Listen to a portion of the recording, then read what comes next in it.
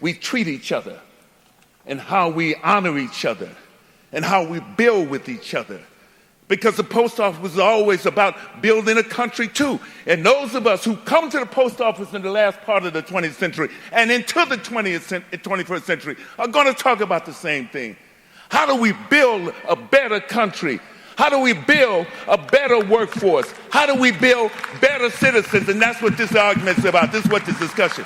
So here we have true democracy, right here. Real organic democracy happening right here in the post office, and we're all here to participate in it. So we have a lot of work to do. When I talk to Mark, and when I talk to Liz and Debbie, and when I talk to Tony, I said, I'm in. Provide me some marching orders so we can be part of this work. Because what I see now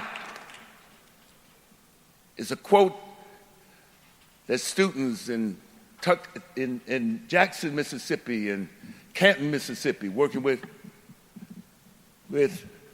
Nissan workers down there, who simply want to have a vote so they can have a union, the choice to have a union.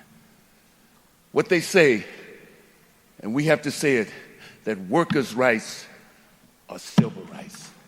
That workers' rights are civil rights. That's what we're talking about there. So the campaign that's building against Staples, the campaign to use the post office for the many varied services it has the capacity to be used for, is important level because it reestablishes, it reintegrates that into our lives, the post office and the license says that we own it, that we the people own this post office. Not private, not the private sector, not big business, but we the people own the post office. And we're going to fight for that and stand up to that. And I know that we'll win. Thank you very much. Thank you and Leo and Stan and Tom and the full executive board for inviting me to your convention. It's good to be here at this important, groundbreaking, and powerful union, because this is truly, as your theme says, a union that works. We live in the richest nation on the face of the earth, at its most rich point in time, and a decent life isn't too much to ask for, because we're the workers of this country. From the foundry to the freeway, we forge steel and smelt aluminum, we mine ore and store slurry, we build turbines and make paper, we bake bread and teach classes, we lift all the loads and answer the call. We do whatever it takes, no matter the cost. We wake this country up every single day and we put her to bed every single night. And it's time that we said to this country that we won't be turned aside, that we won't be sat down or backed up, we won't be shut up, we won't be forced down, we won't be denied. This is our country, and it's time that we took it back for the workers of this country. Power for any political party, not the Democratic Party and not the Republican Party.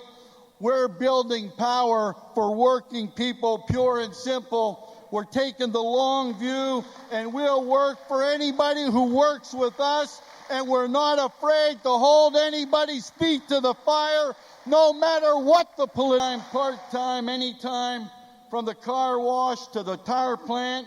We win together when we stand together. So get off your seats and on your feet, brothers and sisters. When we stand together, we win together, and I promise you we're going to win together. But we have to work for it. We have to stand for it together, each one of us, with solidarity, real solidarity, where your picket line is my picket line and my picket line is yours. And I don't bother asking questions about what's that guy striking for over there. I see a worker striking, I support that worker. Shoulder to shoulder, arm in arm, all day, every day, to win together, to raise wages together, to grow together, to bring out the best in each other in America, for the America we can have, must have, will have. Keep fighting. Bear with me for a little bit. As we talk, the big shots came from all over the country. They spent a couple days there. And they made two main decisions. Number one, they were going to do everything they could to make sure that Obama was not reelected. Number two, they were going to oppose everything, no matter what, that the president wanted. Well, they failed miserably, number one. Obama was reelected by a big margin in spite of their opposition. But number two, they have succeeded. They have opposed everything the president wanted, and I mean everything. Now, that first Congress, the 111th, we had 58 senators, 59 senators, and 60 senators. The 60 was somewhat illusionary because, as you know, Ted Kennedy, our friend, was quite ill. But on paper, we had 60 senators, and we were able to accomplish so much that Congress. We did it because we had Snow in Maine, we had Collins in Maine, and we had Arlen Specter. And they would join with us. Neither one of them wanted to be the 60th vote, but they worked together, and we were able to do a lot of things because of them. Well, that Congress turned out to be probably the most successful Congress in the history of the country. Even more so, some pundits say, than the first term of Roosevelt. Whether it was first or second, we got a lot done. Think about some of the things we were able to get done. We were able to get Dodd-Frank passed. It was a struggle, but at least it was a large, large step to making sure that we do not let Wall Street take advantage of us again like they did in the past. Look what it did all over the country, but look what it did to Las Vegas. Look what it did to the state of Nevada. No state was hurt more than the state of Nevada because of Wall Street. Well, we were able to get that done, Dodd-Frank. National service, Senator Kennedy and Mikulski had worked on for years. We got that done, and that's now in operation. We passed the credit card Bill of Rights to give people who have credit cards some rights. And it worked out extremely well. We took on the credit card companies, and they're big, and we were able to get that passed. We were able to pass the stimulus bill. So important. I went today out to a construction site not far from here, and I was there looking at a solar array. It is unbelievable. There at that facility, we have almost 4 million solar panels. It looks like an ocean out there in the desert sun, creating thousands and thousands of jobs. Not only there, but all over the state of Nevada, solar projects. We have a huge wind project in Ely. We have geothermal projects all over the state. That's because of the tax incentives that we were able to get in the stimulus bill. And we were able to get a lot done because of that and help redirect our great country. Now, did it do everything? Of course not. But it did some good things. It did some good things. And we're on the road to recovery. Are we doing as well as we'd like to? Of course not. But we're doing better. We were able to pass the FDA legislation, Food and Drug Administration legislation. So important. We were able to pass food safety. I don't know how many of you have had experiences with family, friends, or relatives, or neighbors, but you see what happens with food, not having enough inspectors to take care of making sure that all the food that comes from other countries and food that we produce here is safe to eat, and the things we drink is clean water. We were able to recreate a lot of jobs that have been lost in the public sector. Not enough, but we did get something done. We were able to pass mortgage fraud. We cash for clunkers. Remember how important that was? Create jobs. The Travel Promotion Act, creating in the leisure time industry, thousands and thousands of new jobs. I had to file cloture on that 7 different times to get it done. We were able to pass the HIRE Act, which said people who have been long-term unemployed, if you hire them and keep them there, we'll give you some tax incentives for doing that. We're able to do the automobile bailout of GM and Chrysler. Think what that's done to our country. And everything we tried to do and everything we did, the Republicans opposed it. Remember when we bailed out Chrysler and General Motors? It was the end of the free world as they knew it, but it worked out extremely well.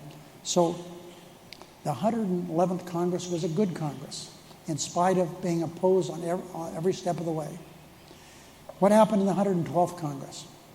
Well, our friend, my friend, one of the great public servants in the history of the country, Nancy Pelosi, was not the Speaker. John Boehner became the Speaker. Now, we didn't like that, did we? No. Nancy Pelosi did such a great job. She was such a wonderful partner for me.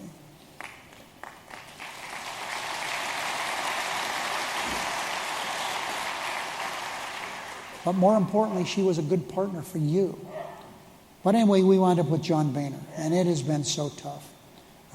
My big majority I had in the Senate dropped to 53 senators, and we were glad to have 53. Everybody said we were going to lose control of the Senate. We didn't do that.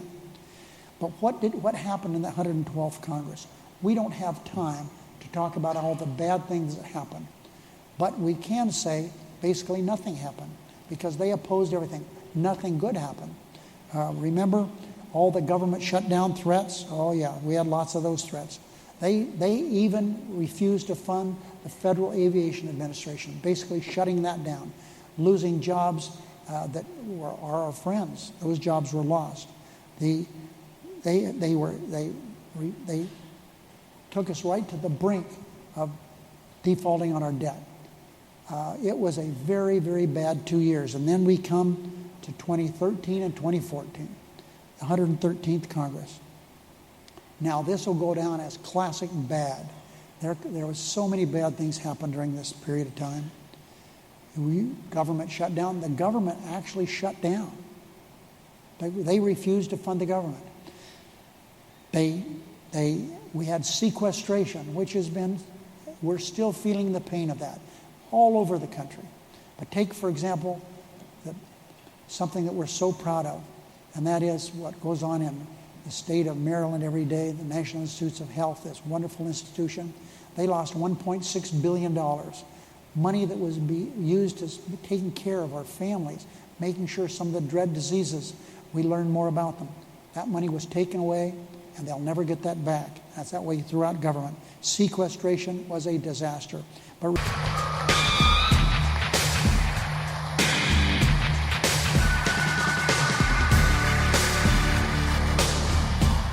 in fact, I come here to announce I'm a conservative because the Constitution of these United States says that the first principle of our government is to establish justice.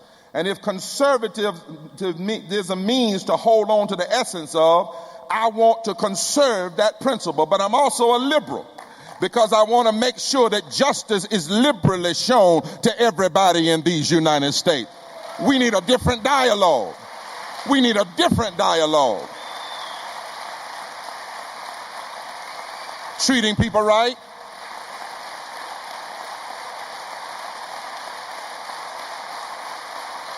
Treating people right.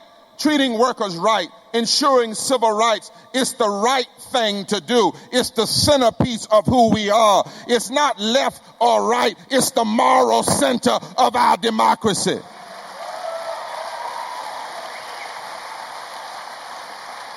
There are more than 2,000 scriptures that speak to how you treat workers and how you treat the poor and how you treat the sick and how you treat the least of these. And one scholar cut all of those scriptures out, and when he did, the Bible fell apart. And so I'm challenging the religious right. How can you be right if you're not standing up for workers' rights and standing up for civil rights? In fact, it's high time for those who want a limited moral discussion to be called onto the carpet. So we say in the Moral Monday movement, if you want a moral debate, bring it on, baby, because we're ready for it.